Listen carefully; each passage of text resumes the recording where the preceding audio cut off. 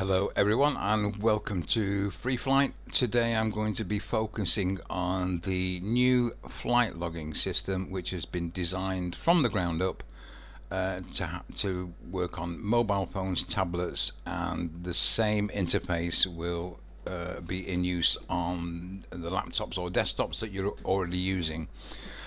So I'm going to say right at the start, at the end of the video, I'm going to be commending to you all that you switch over to the new improved version as soon as possible, simply because it will work wonderfully well on your existing kit whilst giving you the flexibility to move onto tablets in the future and or pull in extra resources when required by utilizing members' mobile phones. So in order to set up the new improved version, you need first of all somebody with Office access level to go in. And looking at the club profile, you need to set up a new specialist user. If we show the specialist users list, I've already set this one up. Let me just move this over slightly. You will already have one called Clark. In this particular case, because I've been doing a lot of testing, we have Clark 3. But then you will need to set one up using the add specialist user, and you're going to set one up, and in this case we've called it Clark Mob. If I edit it, you'll see the difference. The only difference really is that the access level, instead of being Duty Clark 2, is Duty Clark Mob, and that will ensure that when somebody logs in with the profile for Duty Clark for Clark Mob, they will go straight to the improved version. And that's all you need to do. Once you've done that, of course, you click save and we put it away. So without further ado, I'm going to log into the new improved version and let's see where we go. So I'm just going to log out from here for a minute. I'm going to put the credentials in for Duty Clark Mob. Now you'll see it's been designed from the outset with bright sunlight in mind. We've got a high contrast screen here, and you'll see if I click over, it will scale to any size of screen. You'll notice the menu bar at the top. When I go down to small, okay, it puts everything else into an overflow area here, so they are still available to you. You just have to click on the arrow to bring them up. I'm going to leave that out full screen now, because what I'm going to do is I'm going to fill in the details on here. I'm trying to keep my mobile screen active at the same time. So it's a blue day, it's sunny July, wind direction we'll put I have no idea what it is today. The default launch method is going to be winch, so we don't need to worry about the other things, and I'm going to click continue at the bottom, and that's going to be the major difference between the version that you're used to and the mobile version, because the continue buttons will be at the bottom. And that's simply because mobile versions really don't like pop-up screens, which is the thing we've used predominantly in the past. So now I'm good to go. What I'm going to do now is I'm going to go over to the mobile version. I have a shortcut already prepared. So again, it's a home screen icon, which I'm just going to click on and take me straight in. So we are now seeing a duplicate of what you see here. So why are we doing this? One, it's a better interface, it's a simpler interface, one that should result in less logging errors on busy days. And the other thing is that on very busy days when you need extra resources, then it just needs a member with a smartphone to be able to log in as the clerk, the mobile clerk, and they can carry on. So the main person can be assigned for launching and landing flights. The person with the mobile can wander around the airfield setting up the flights and getting the information from the members. So I'm going to show that right at the start. So what I'm going to do now is click on that top item there, standard flight. I'm going to put a P2 in, which is me. I'm going to put the P1 in, and we'll use Warwick Horn, and we'll put us in as an aircraft. We'll put it in the poop, and it's a winch launch. That's all I need to do. So go to the bottom and click continue. So in order to see that on the screen, we'll click the arrows and go to the top one, which says ready, and there we are, ready to fly. If I want to see what's going on here, I click on the ready button, and there's the same flight on the laptop. So how to launch it? Very simple. Gone are all the icons, so you've got an option here on the laptop. Whoever's been designated to launch and land the aircraft, you just simply click on that, or alternatively you can do it on the mobile version. Click on that and launch the flight. Okay, so it's gone off, ready to launch now, and you'll find him in the flying tab, and there he is.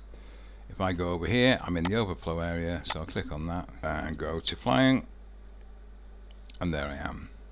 So de-dum, time passes, we'll just go and land that flight, and again I'll pop up, the message will pop up because it's been less than 4 minutes. So I'm just going to say it was an exercise, and I shall continue at the bottom. If we go down there, we'll click on landed flights, and there he is. And no fee because we don't charge a fee here. So on the laptop screen, you'll go over to the landed tab, and you'll see that flight has now appeared there, whereas the flying tab is now empty. So you have buttons at the top for all the standard type of flights, standard flights, mutual flights, guest flights, and you also have a button there that says intros, and these are all the pre-booked intros for the day. So we'll click on one of those and we'll get one of those flying. We'll say it's Carol Alderson. Again, 3 buttons: prepare the flight record. You'll see that most of the information is filled in for you. You just need to put the P1 in, and we'll give the flight to Alex Oldham, who's the BI for the day, and the aircraft, we'll put them in JRJ. Okay, click continue, and you will now find them in the ready to fly tab. There they are. Going over to the other side, because we've assigned somebody to launch these flights, I'll click on the 3 buttons.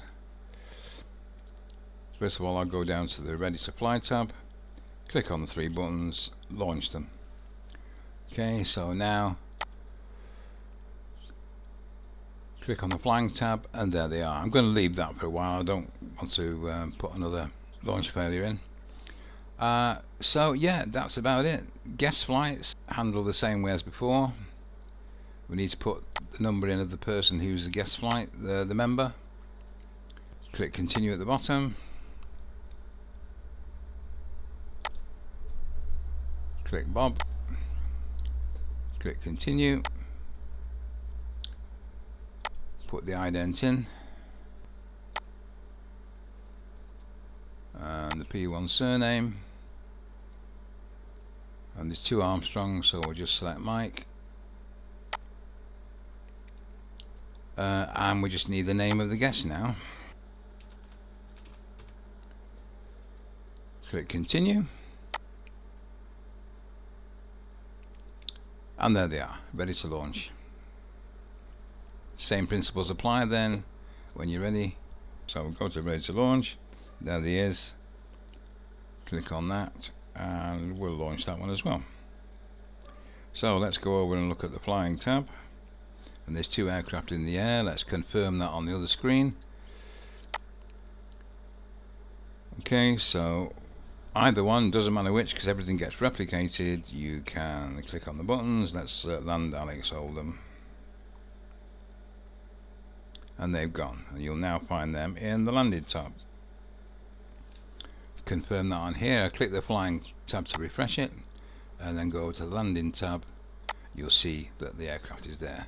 So all the other stuff, the rarely used stuff, is over here. So if you need to find a voucher which is not in the list, let's look at the intros today list today. So we've got Carol, Barbara and Keith. One's turned up unannounced with a voucher. We've got a spare capacity, so we'll go and look for find the voucher holder, and the process will help you find the existing voucher. And the easiest way is to find the voucher number. If they've not got the voucher with them, you can use the surname and pull them up from the system. They will be recorded in there somewhere. So now we just need to go to 3 bars, bring the menu up and select them, and that will put them in the intros list for today. So all we need to do now is to go and select them and set up the flight record, prepare the flight record, and then just go and fly them. And it's as easy as that. So that's about it. Everything else remains the same. It just remains for me to say, as I said right at the very start of the video, we are commending this to you as the de facto standard flight logging interface going forward. It will work on your existing kit, no further expense required, but it gives you certain advantages for the future. It will allow transition onto tablet devices so that the flight logging can be taken off the enclosed space of a launch vehicle, being more COVID secure, and introduces the possibilities of bringing in extra resources on particularly busy weeks like competitions and rallies, where you can rope in extra members with their mobile phones to continue the flight logging. It is exactly the same interface on all devices. What the internet people are now calling the mobile first design philosophy. And we'll wrap it up there and look forward to seeing you in the next video or hearing your feedback. You can contact me by email in the usual way.